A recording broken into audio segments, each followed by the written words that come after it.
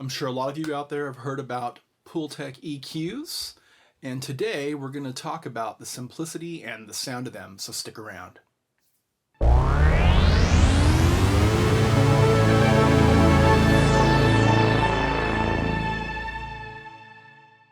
Hello Internet, Chris Cline here with Alma Music Center in San Antonio, Texas, and as I said in the opening, today we're going to take a look at UAD's Pultec suite, if you will. Before we get started, I'd like to ask that you please subscribe to our channel if you haven't done so already.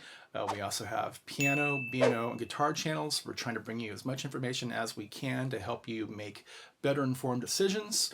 Without further ado, let's move on into these beautiful EQs that UAD has modeled for us. Before we jump into this, I want to give you a brief background regarding the Pulse Technologies Pultec EQ. Now, the Pultec, the EQ P1A, first came into play in the early 50s. I think that they were first designed around 1951 in a garage. And this technology is still with us today because they sound beautiful. You can find any number of clones in the physical hardware world. You know, Warm has an EQ P1A clone. I think Clark Technique has one now. Manley has a Pultec mono channel and a stereo channel. When you get into the Manley, of course, you're paying a little bit more. And then you can find reissues of the Pulse Technology Pultecs as well today. Now, the thing about these EQs, if you're going for the Pulse or the Manley, you're looking at anywhere from like $3,000 to $5,000 for a mono channel. If you're going to go for the vintage flavor, expect to pay even more. Warm's offering, I think, is around $600 or $700 a channel. I can't remember off the top of my head, so you don't quote me there. And the Clark Technique, I believe that their version is even less. There are mods for some of these, especially the Warm, where you can, I wouldn't say mods, but you can swap out tubes so you can change the flavor or the tonality. So let's go ahead and jump into the EQs, and once again I'm going to be using a mix from the latest We Assure Dedicated album. I of course mixed this in my home studio in San Antonio. I did about 99% of it in the box. I only jumped out to hit a G-Bus compressor in the physical world. I've turned that off, so we're going to be listening only to these EQs today in the context of the mix. And I didn't state this with the LA2A demo that I did, but I'm not adjusting any of the levels in the mix. I want to keep them relative to what I had done originally so you can get an idea of what these EQs are going to do. Not only when I solo them, but when we unsolo them and we hear the different tracks in the context of the mix. And I'll be EQing in the mix a little bit as well to get a better idea of what is happening, because when you solo up and you EQ outside of the mix, or when you're soloed, you don't necessarily have an idea of what it's going to do within the context of the mix. So we'll kind of start with soloing up so you can hear what's happening, and then I'll move forward or into a more advanced mode where I'm EQing in the mix so we can hear what's actually happening to the track, whether it be a vocal, bass, or whatever in the context of the mix. So let's go ahead and start off with our kick drum. Before we actually start off with EQing, let's listen to the song. Let's go ahead and go to the beginning of the song, which I might already be there, and then we'll just go ahead and play it back, and you can have an idea of what the song sounds like. I have turned off EQ on kick, snare, overheads, bass, piano, and I believe Fender Rhodes. So those instruments, or if they are subgroup like my kick and snare, those are not being EQ'd right now. However, I do have a little bit of compression on the kick and the snare. So let's go ahead and take a listen.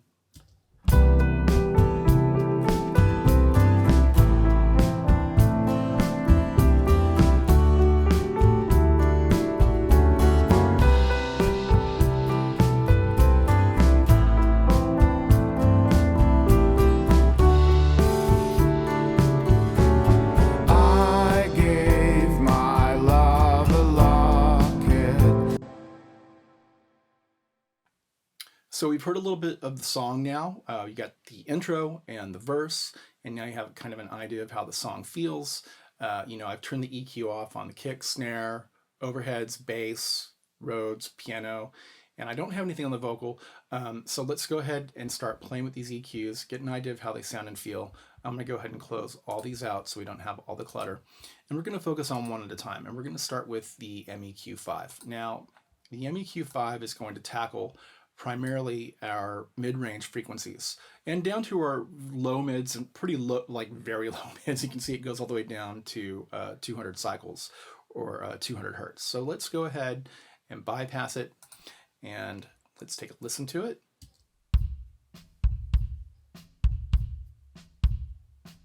Bypass.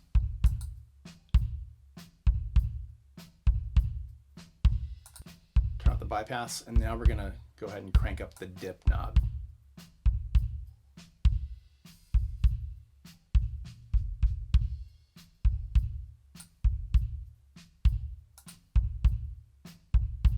So can you hear how it kind of cleans it up a little bit?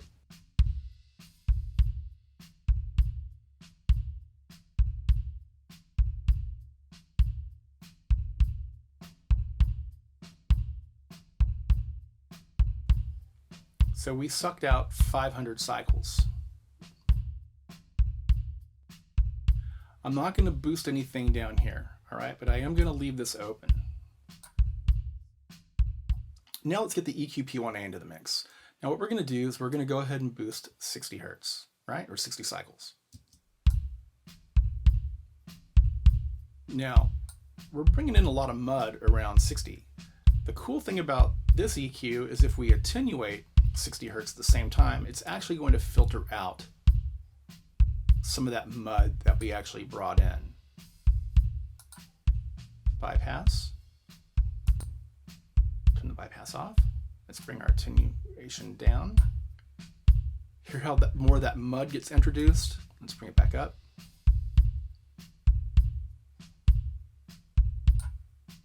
Now this was discovered on accident by the gentleman that designed the Pultec EQ. Now, another thing I'd like to do is maybe add a little more snappiness to the kick. So at 8,000 cycles, we will turn up boost. And let's go ahead and unsolo these. Reapply the compress. I know what's going on. There's no hiding in the shade of it this time. Out into the open fields and faces. So we're probably experiencing a little bit of masking right now from the bass. And in this instance, we're dealing with an upright bass with multiple signals. We have the body, we have fingers, and there's also a DI in here. So I used a blend of all three of these. So let's go ahead and solo these up. And we're going to use the filter or the HLF3C, right? And I don't want to be competing with the kick drum. So let's go ahead and bring this up to 100. And if we bring it all the way up, you can hear it's just going to kill the signal altogether, right? Because there's not a whole lot living up top. It's all living down below. You know, we're hearing like the snappiness and some harmonics of it at this point. So let's go ahead, bring this back to 100. Let's solo up our kick drum. I'm going to bypass this on the bass guitar. A little competition there.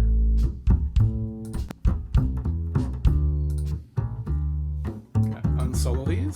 Sometimes your whisker wiggles. Please reapply the compress. I know what's going on. All right. There's no hiding in the shade of it this time. Out into the open fields and faces turned up. If you're So the kick drum is punching through a little more now. The bass guitar is not, or excuse me, the upright bass is not masking the kick drum. Now let's go back to our snare drum real fast, and we're going to solo this up real quick, and then we're going to unsolo and listen to it in the mix as we tweak it. The first thing I want to apply is our filter. We don't need anything down here below 100. We could maybe take it up to 150, but to me I feel like we're losing a little too much of the punch of the snare. And so we're going to go ahead and leave it 100, right? And then moving forward, going to solo, or excuse me, we're going to EQ in the mix. So here we go. Bypass or unbypass.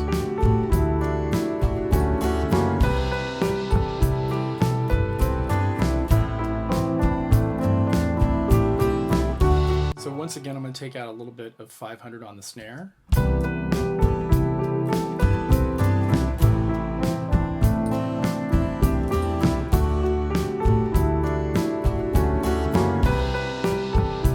Cleans it up a little bit, and we're going to pop in the EQ P1A. Make sure everything is turned down before I had 500 like completely wiped out on the MEQ5. So, and let's see if just turning off the bypass, engaging the plugin, gives us that extra little snap and clarity, pushes the snare drum forward a little bit.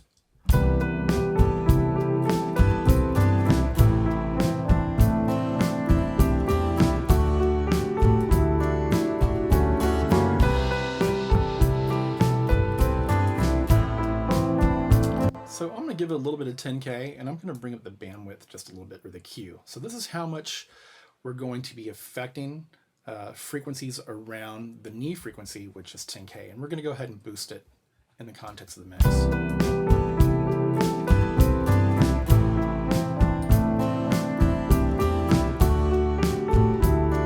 Bypass it. Let's bring it back in.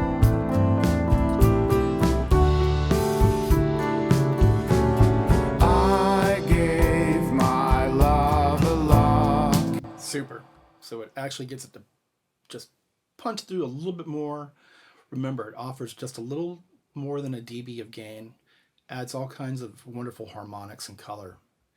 So here we are at the overheads, and we're going to go ahead and engage the filter, the HLF3C, and I usually will filter right around 200 to 250.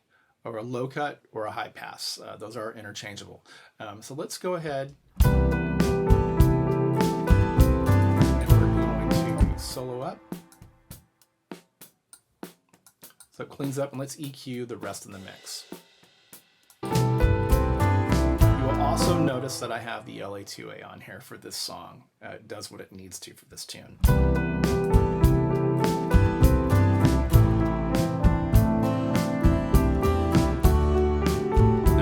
Touching it. The overheads sound really nice on this song, and there's some really great low-mid content that exists in the cymbals I like to bring out, and so the MEQ5 allows me to do that. And then I'm going to go ahead and once again we're going to just get up here to the air. So at 12K we're going to go ahead and crank the bandwidth all the way up so it's nice and wide.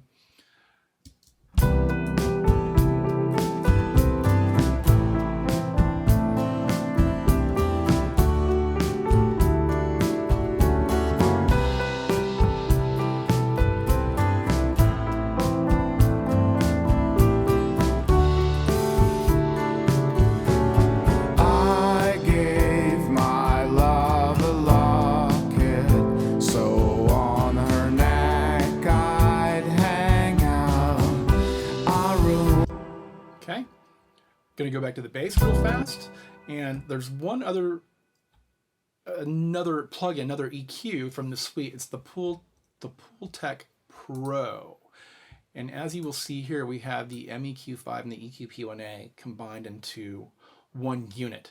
The thing about this is one of their first plugins, first emulations, and like the LA2A, when they did this, they didn't model the input, output, gain, staging, coloration, all that to help save the processing power of the processors at the time, because otherwise it would have taxed them really, really fast if there was that much math happening in the background.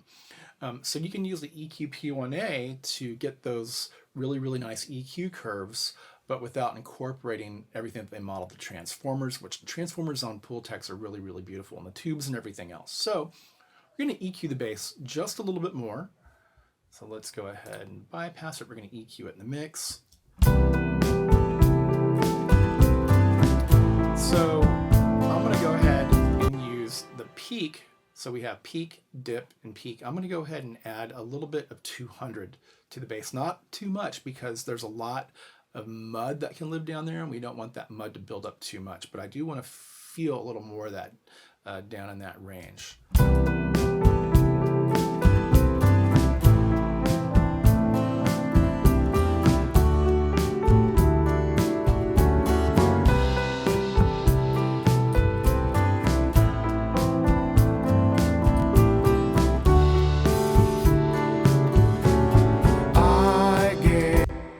Feels pretty good. Now remember when we first applied the filter, the HLF3C, we cranked up the low cut all the way up to 2K, right? And when we did that, all we were hearing was just a bunch of harmonics and clickiness. But you know, there are those harmonics that live up there. And so what I want to do on the Pultec Pro is I want to increase some of that harmonic content or bring a little more out. So I'm going to bring it up to 2K. See, I've got it cranked all the way right now.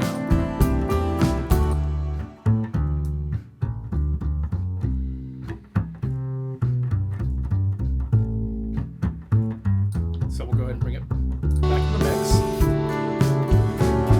I gave my love a locket, so on her neck I'd hang out. Our rooms grow dark and don't notice nails in the park. We sniff like careful tigers. And that's feeling pretty good. So let's move over to the Rhodes. Here is the Rhodes, and as you can see here, I'm going to go ahead and turn this off. I have no compression on here right now. I do have the MEQ5 that I had strapped across here earlier. So let's go ahead and listen to the Rhodes soloed up.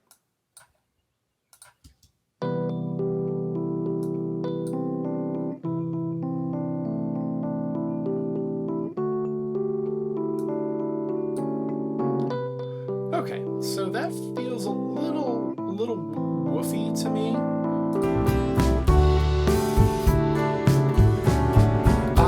So I'm going to go to 300 and I'm going to suck a little bit of that out. Oh, let's go to dip. That would probably help, wouldn't it?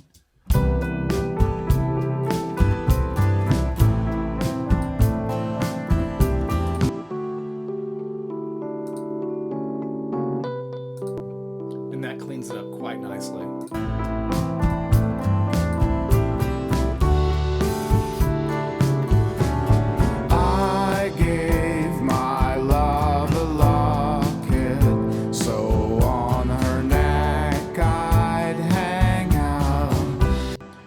Now the piano, I originally had panned hard left. You can see it down here, panned hard left. I use the comments sometimes. And I only had applied a low cut or high pass filter to it. And so I'm going to do the same thing here. Let's go ahead and listen to the piano. It is a mono mic on the piano off the hood.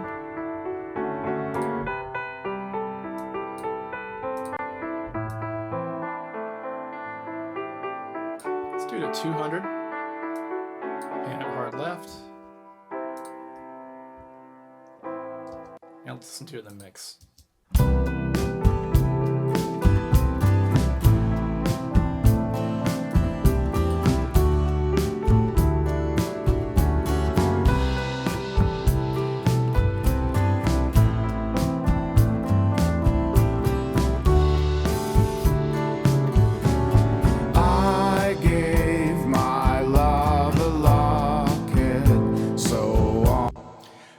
Now, one of the really great things about the Pultec EQ P1A, and I'm going to demonstrate here on the piano, is this. Let's go ahead and turn, oop, my bad. Don't want that. That's going to sound crazy. It's a cool plugin though. It's hard to navigate all these plugins sometimes. Let's go to our Pultec EQ P1A.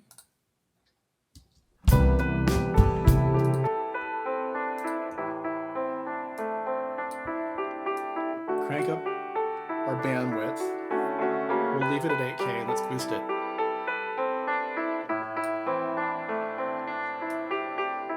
bring it back down, boost it.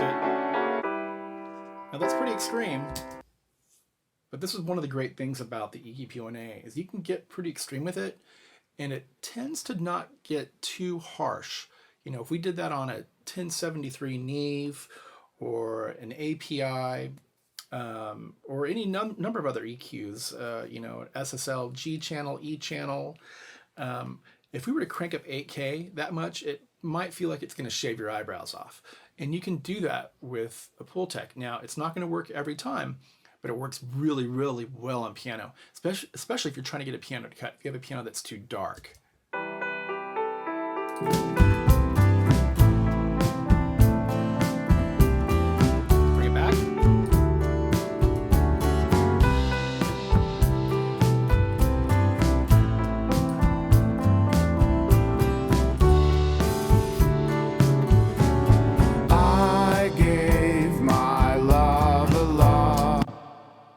So obviously it is an absolutely magical EQ. And, you know, I started with this with the Pultecs because A, they sound great, and B, they're also pretty easy to use. You know, when you start getting into parametric EQs and you're dealing with, you know, Q or bandwidth and, you know, other parameters, it can become a little daunting, especially if you're not used to working in that mode. You know, most of us grew up with stereos, well, at least old farts like me, and, you know, on our old receivers, switchers, whatever you want to call them, we usually had 3 bands of EQ, low, mid, and high, or bass, mid, and treble. And they were making very, very big, broad adjustments whenever you would boost or cut. And that's kind of what the EQ-P1A does for you, except with, you know, the bandwidth of your high frequency. It's just such a killer EQ. And, you know, I use it so often. Last, but certainly not least, let's listen to what it can do for a vocal. Let's get to our vocal. My love.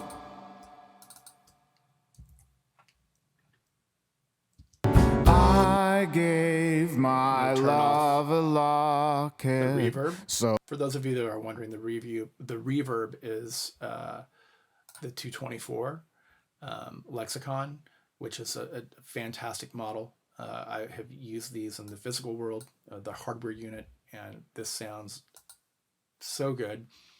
And then for the room on the drums, I've been using the Ocean Way in reverb mode, and we'll get to all these later in more in-depth videos, but I go to this all the time. I've actually never worked at Ocean Way. I don't know that I ever will, but this is such a great emulation of that space, and I use it quite often, and sometimes I'll just pump everything into here to make it sound like everybody's in the same space, the same room, and it works really well. So we'll come back to this later.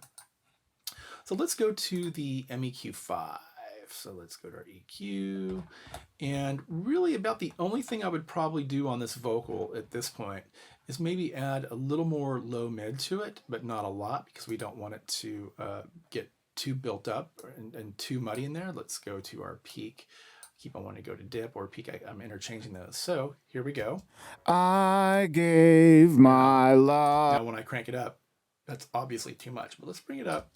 I gave my love a locket, so on her neck I'd hang out. Our rooms grow dark and weary, don't notice nails in the park. We sniff like careful tigers, just touching with our noses. Sometimes your whisker wiggles. Please reapply the compress. I know what's going on. So just that little boost at 300 in my low mids definitely gives it a little more body. And I'm quite happy with that. Now, when I mixed this originally, I used different plugins, different EQs and whatnot for all the tracks that we've addressed. On the drums, I used the Neve emulations 1073, 1081, just because I love the sound and feel of that on drums. And I'm not saying that I don't love the sound and feel of the Pultec. I could have used them interchangeably. I just felt like the Neve gave me a little bit more, and we're going to talk about all those later on as well. But anyhow, you know, there's our rundown for the Pultec plugins, and I hope you got something out of this. If you have any questions, you know, please leave your comments down below. Let me know if you've used the, you know, the real deal, the real McCoy in the physical world, you know, out here in the physical universe. Let me know how you've used these in your own productions, if you use them at all, or let me know why you don't use them and why you don't like them. We want to hear all the different angles on these. So until next time, well, let's pull all these up one more time so we can get a whole view of an entire view of the family of Pultec plugs. Target, gotta be sure I do that so they're not dropping off as I, you know, switch. Yeah, here we go. So we've got these, and then if we open up, let's go ahead and bring these over here. Glad I have a nice big monitor. So look at all this. So we've got the filter, EQ-P1A, MEQ5, and then the Pultec Pro. And you can see how the Pultec Pro combines these two. I just had them flip-flop. So until next time, Chris Cline, Alma Music Center in San Antonio, Texas. Again, please leave your comments, and let's be kind to each other. Let's work together, and let's talk more about our productions. All right, thanks. Bye.